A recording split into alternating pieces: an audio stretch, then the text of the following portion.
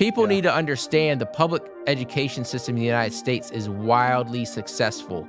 Those who Mhm. created it couldn't have imagined the success it would have had at really just destroying our country from the inside. People always say it's for the kids, but I think Ronald Reagan said it best, where if a foreign country put our education system on it, we would declare war against them. Yeah. Hey, gang, it's me, Dr. Steve. Possibly the most pernicious and evil consequence of the COVID tyranny that we all faced has been its effect on our kids, particularly the radically detrimental effects of the lockdowns on education. The data is now in, and it is pretty devastating. From 2019 to 2022, scores across the board plummeted. So, for example, eighth grade math scores fell by a whopping 8 points on average as a result of the remote learning and lockdowns. Now, many of you know I spent the last 2 decades in education, and I, like many of you across the country, realized a couple of decades ago that public education was frankly rotten to the core, and that rot was headed in a very dangerous direction. And I think the facts clearly speak for themselves, and they have borne our concerns out. But this is precisely where things are becoming more hopeful than we could have ever have imagined. Right now, as we speak, there is a very real educational revival going on all over the nation, a renewal of what's commonly called classical education, the very education that our founding fathers all received, indeed, the very education that was the foundation of Western civilization for over 2 millennia. It really is perhaps the single most exciting part of the growing parallel economy, as we call it, because it really is something we are demonstrably doing so much better than the woke secular world. And so it's no coincidence that this educational revival is growing like wildfire, taking the nation by storm, and it promises to provide a true and lasting solution to the current crisis of legitimacy that pervades so much of our civic discourse. I have the pleasure of being joined today by someone who's at the forefront of this educational renewal. Robert Bortons is CEO of Classical Conversations, which is the largest classical Christian homeschooling curriculum in the entire world. I know many families that have used Classical Conversations for every step of their kids' education, and it is absolutely without equal. So, Robert, welcome. It's great to have you here, my friend. Dr. Steve, so glad to be here. And I think Governor Ron DeSantis summarized it in his endorsement of Donald Trump that we can choose indoctrination or we can choose classical education. He did. I couldn't, but right there in the first 30 seconds of his speech, it was brilliant. And a lot of people are saying, I want to deviate over to a political conversation, but a lot of people are saying, where was that Ron DeSantis the whole the whole election here in the primaries? Because that was a really, really good 4-minute speech, and I loved how he highlighted classical education right at the beginning. I wanted to just start by asking you your your thoughts on these obviously very troubling statistics coming out of the Department of Education. In your estimation, what is the root cause of this decline in educational merit in our country today? Mm. Well, the root cause is the redistribution of wealth and Marxism and just believing that the state can take care of us from cradle to grave, and that the public school itself is founded on principles that reject children and the just nature of children. And it's really just a jobs program and a babysitting service. And the Marxists have infiltrated it through the funding of it and through the teachers' unions and the teachers' colleges. And so, unfortunately, there's no such thing as a good public school left because the system itself is inherently corrupt. It's interesting because I was going to ask you exactly that. In many ways, it seems to me, and I'm glad you agree with this, that COVID may have expedited the decline, but it's not the cause, right? In other words, it sounds to me you see the public school system itself as being in critical condition by virtue of its own nature. In other words, there seems to be something systemic about how we've been approaching education, which is actually rather radical when you compare it to the last 2,500 years. But there's something systemic about how we approach education today, or at least in the last several decades, Yeah, that is, absolutely. it's beginning to fragment, isn't it? It's beginning to unravel. COVID just happened to expedite the disintegration.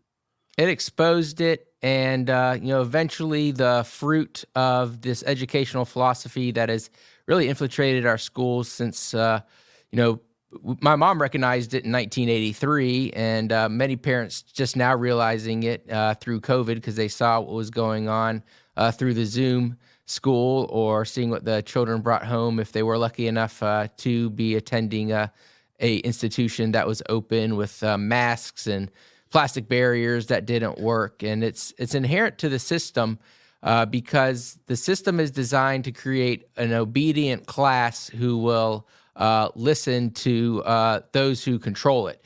One of the things that you hear is, A students work for C students and B students work for the government.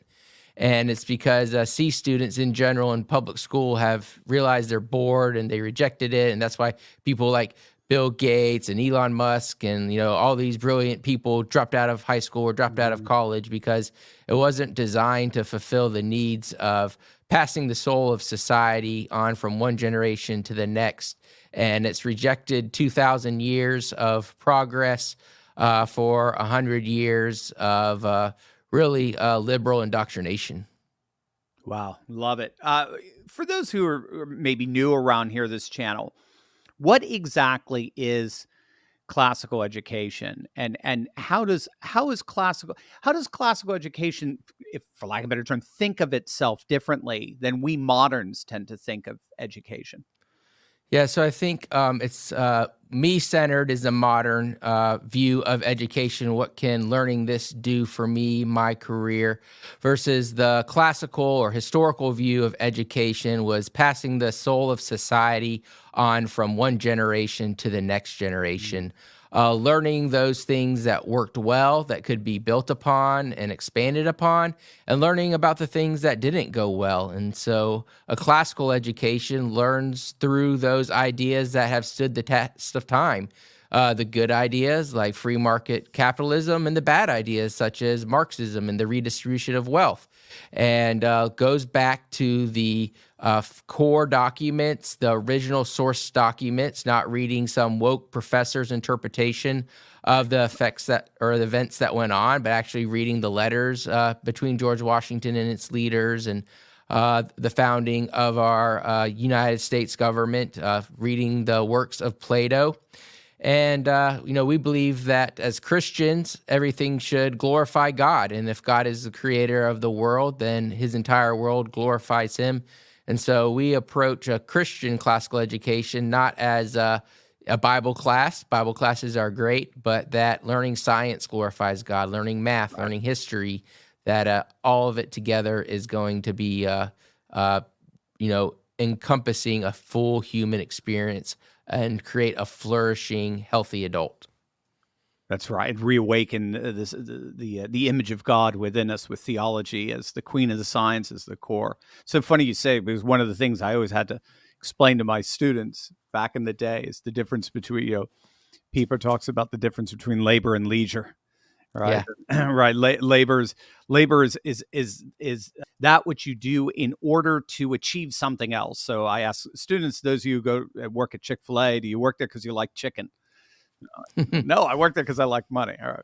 Yeah. Whereas leisure is something we do for the sake of the thing being done, and Hmm. they do it. They're doing it all the time. Why do you listen to the music that you listen to? Why do you watch the movies that you do? Why do you these you're not getting anything outside of it out of it. It's the thing itself that is the reward. And I just remember talking to students about, look, whenever you ask, what am I going to get out of this?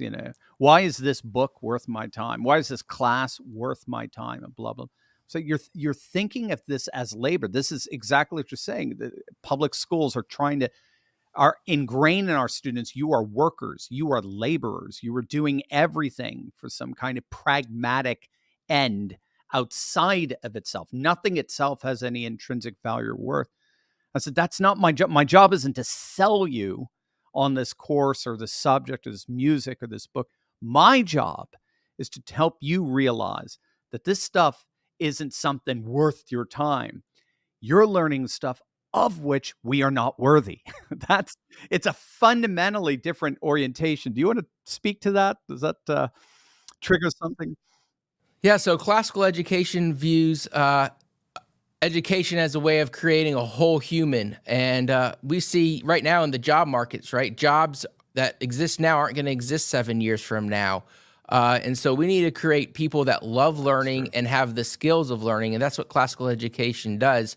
The fact that we think our K through 12 system or even college system can make people job ready is just a ridiculous concept, because the jobs that these individuals will go to don't even exist yet. And so they're creating laborers who really are depressed about the future because they don't know how to learn. The jobs that are experts and the government offices have said going to be there aren't going to be there. And they really want to create individuals who are reliant on corporations. They want to get these people in debt up to their nose in the colleges so they can't leave their jobs, can't fulfill their lives. And they want them to be reliant on the government to fund anything that falls through the gap. That's why I love talking to you, Robert, because you get this so and you put it so beautifully. I mean, one of the things I try to note for parents in particular in our audience here, Yeah. yeah, or just again anyone concerned about the state of society and culture, is that the whole notion of what it means to be an educated person has dramatically changed, right, in the last 100 years. I think this is what you're capturing for us. Um, and I would appreciate if you could develop this a little bit. An educated person historically was not someone who necessarily acquired a lot of skills or information. That, in many ways, I would have been considered just a vocated person, not necessarily an educated person, someone trained in an area of specialization and expertise, which is all we think of when it comes to education at this point, it seems. An educated person back in the day was a virtuous person, a person endowed with wisdom and virtue, cultivated by being immersed in the great books and great music and art traditions and theology and language and so forth. And therefore, this was, to me, was so interesting when I studied this stuff. And therefore, they were trustworthy to lead Yeah. society. Hence the term education, right? Educare, to lead out. We get the word duke from it.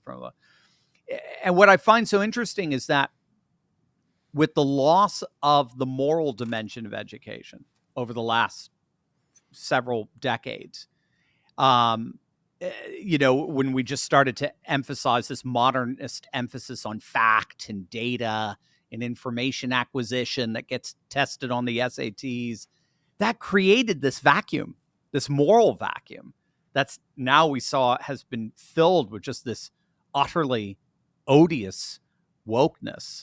Would you agree with that? Do you want to develop that a bit? Yeah, so classical education seeks to really discover truth, beauty, and goodness, and really awaken the moral imagination of the student. Yeah. Because a self governing body, a self governing group of citizens coming together to vote on our elected officials requires a moral society and requires an educated society. And so the farmers in the founding of our revolution would quote Right. Plato and knew Right. these core documents and these core ideas that founded our society. You can watch Jay Leno if he's still on, and the things on the streets, and our students can't even point out where Washington D.C. is on a map anymore. And so, modern society teaches your truth. Well, if everyone has their own truth, like what's the point of getting an education? Because you can just make it up as you go. And Right. it really just creates a society that isn't unified, a society that's divided, one that is depressed, one that has identity issues, one that rejects its parents. And this is all, this isn't the downside of the public education system. This Right. is the perks of the public Yeah. education system. Wow. People The perks. people Yeah. need to understand the public education system in the United States is wildly successful. Those who Mhm. created it couldn't have imagined that the success it would have had at really just destroying our country from the inside. And Wow. people always say it's for the kids, but I think Ronald Reagan said it best, where if a foreign country put our education system on it, we would declare war against them. Yeah. That is that bad, and it's only gotten worse since he's been in office, and continues to get worse because we believe that we have a society that's bought into the lie that you can divide up children and remove them from the parents, and you can educate them. And a mom and a dad are priceless, and that's why the average public school costs $18,000 a year plus in taxpayers' money, because you can't replace a parent, and its costs are going to Right. continue to go up, like in any Marxist socialist system, and the quality is going to continue to go down. I mean, we've proven it Yeah. for hundreds of years, and we seem to really continue to really just do this to ourselves over and over again. And so, parents, so many of them say now we want to get out. I saw a statistic that 1 out of 8 kids in Gen Z will have been homeschooled for at least 1 year.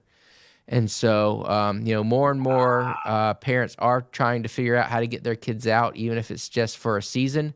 And we just need to continue to come alongside those parents as business owners, as church leaders, as grandparents, as aunts and uncles. If you know families that have young kids, hey, are you sending them to private school? Are you sending them to homeschooling? Are you sending them to in a classical education institute?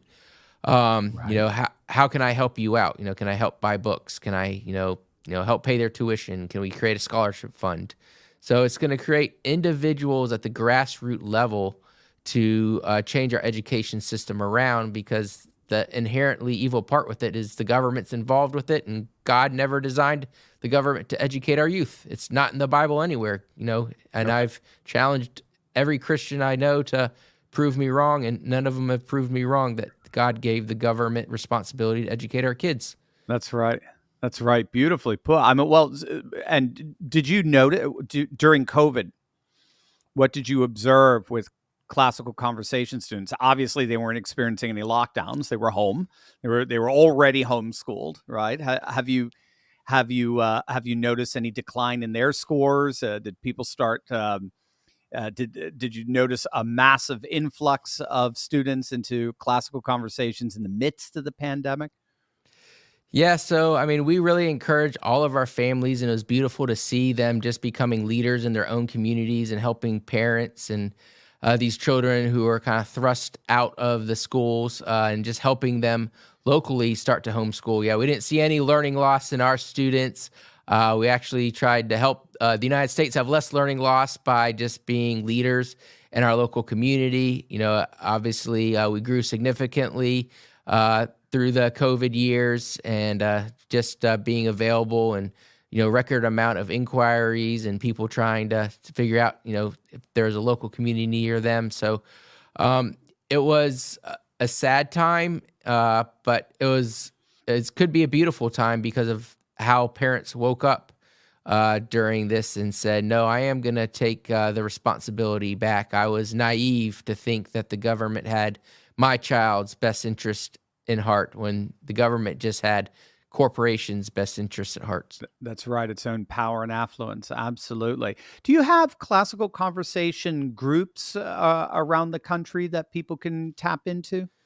Yeah, that's kind of our differentiator in the homeschooling market. Is we have over about 2,500 homeschool groups that meet Wow. once a week with a trained parent tutor that's going over the curriculum together with you and your student, typically in groups of 8 to 12 students in a class. A typical community might have 5 or 6 classes in it, and it's homeschooling. It's not lone schooling. It's home-centered education. It's not hiding out in your home. It's going out and experiencing the world and each other, and doing it with a group of like-minded people. I mean, homeschooling and raising children is difficult. That's why so many people think they can outsource it to a third party. But ultimately, you are going to be solely responsible for your child's education. The public school system won't care once your kid turns 19 if they're continuing to be a burden on your household because Right. they didn't educate them. And I like to say you can raise and educate your children and enjoy your grandchildren, or you can ignore your children and raise your grandchildren. Of course, we see so many grandparents now having to raise their grandchildren because they thought they could outsource their children's education to an entity that didn't love them and didn't have their best interest at heart. So the homeschooling and a classical education is attainable for everyone, and we Right. see more and more single parents, finding a way to homeschool, give their kids a classical education. I know African Americans are the fastest demographic as far as growth in the homeschooling movement right now. I've seen statistics that say Hispanics are almost 20% of homeschoolers have Hispanic origins. So it's not something just for rich white folks. It's Right. something that's for everyone. And a classical education is an elite. Classical education is how we learn, and any child who has a parent that will invest the time and energy into giving them a classical education can do it. And the children end up being elite because they're getting an education that is designed for them by a loving person.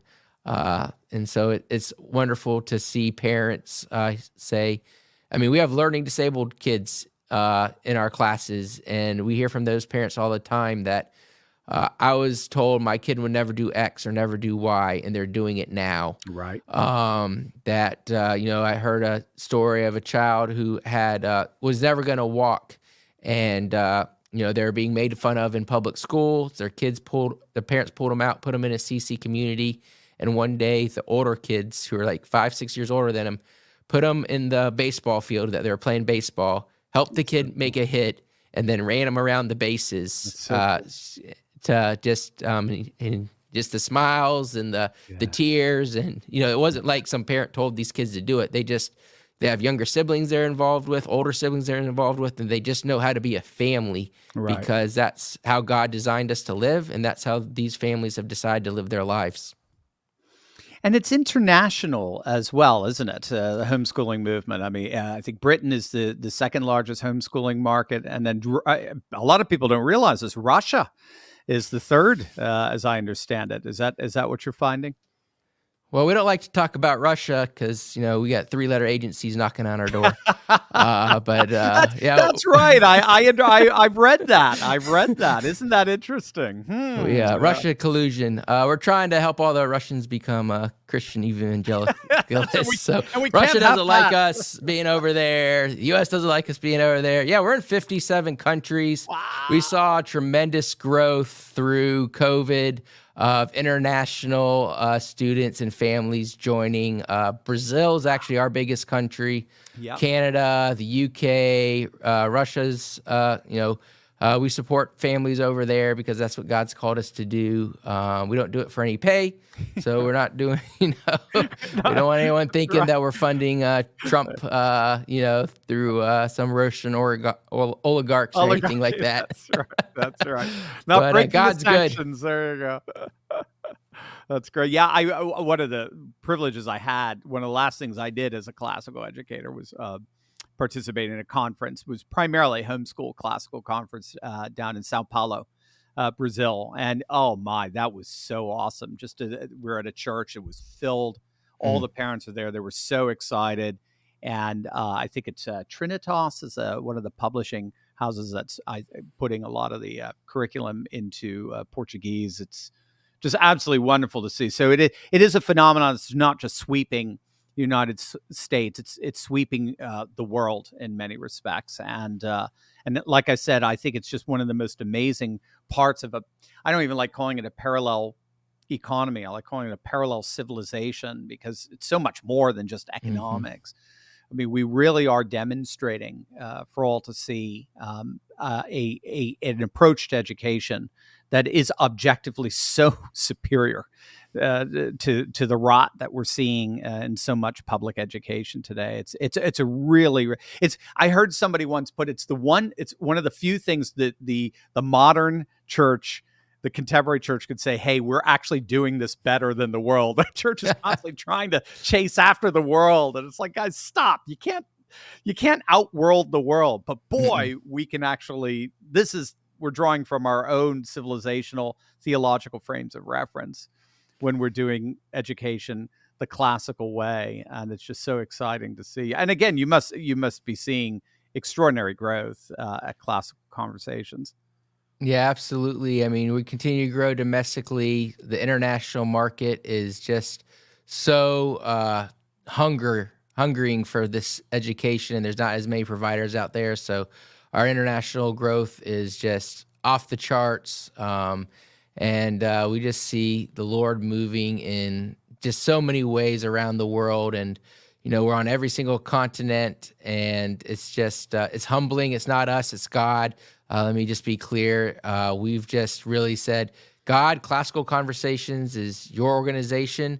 As Christians, you've called us to be ambassadors here on earth, that you told us to go tell, to make disciples. And of course, making disciples isn't just baptizing and get someone to say the Lord's Prayer, but it is an education, right? It is Paideia, developing as we these call it, people. yeah. So Yeah. it's, over almost 90% of Classical Conversations students are still active in the church and in their faith 2 years after graduating high school, versus if you go to public school and you're active in church, I think it's about 17% of those individuals are still active in their church just 2 years after graduating high school. So it should surprise no one when we send Christian children to pagans to be educated, that they become pagans. And part of the reason that we have such a rich Christian heritage is, like you said, the church originally was the one that was providing this education for society and helping to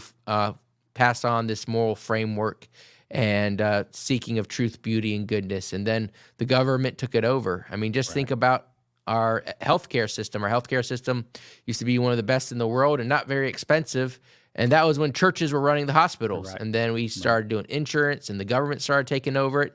And now it's expensive and not the best in the world anymore. So I think throughout history, we see when the church does things the way that God commands us, we get wonderful outcomes, even for the pagans. And when we as Christians want to lust after pagan finances and pagan power, and we go after that, and we turn over our institutions and our children to the pagans, we get a pagan society that doesn't know the difference between being a boy and being a girl. Right. What is a woman? Gang, we got a link down below. Click on that link. It'll take you to classicalconversations.com. Robert, just can you tell our audience how they can get into Classical Conversations and experience this amazing educational renewal? Yeah, so you can go to classicalconversations.com. If you click on Find a Local Community, we will hook you up with a local homeschooling mom that's using our program that will tell you all about the opportunities that are in your area. And we have a website, ccpracticum.com, and you can link to it from classicalconversations.com. And we do a free one-day homeschooling boot camp for all parents. Awesome. You can be in public school, private school, homeschooling with a different program, or in Classical Conversations during the summer. And you can learn all about the tools of learning and practice those with a group of like-minded parents. So we want to help everyone in America give their kids a classical education. And our nation and the world will be better. And the world. Yep, absolutely. Gang, as you know, I spent 20 years in classical education. I wouldn't give up a second of it, and I could not possibly recommend this education enough. All 4 of my kids have gone through it. I've seen countless children go through it. It is absolutely beautiful to see. Click on that link below. Visit classicalconversations.com, classicalconversations.com, and just discover how you can escape woke public schools and just immerse your child in a Christ-centered civilizational education centered on truth, goodness, and beauty. It is absolutely glorious. So, Robert Bortons, thank you, my friend. Great meeting you. Thanks for sharing your wisdom in the midst of these turbulent times. We'll have you back real soon. Yeah, thank you so much.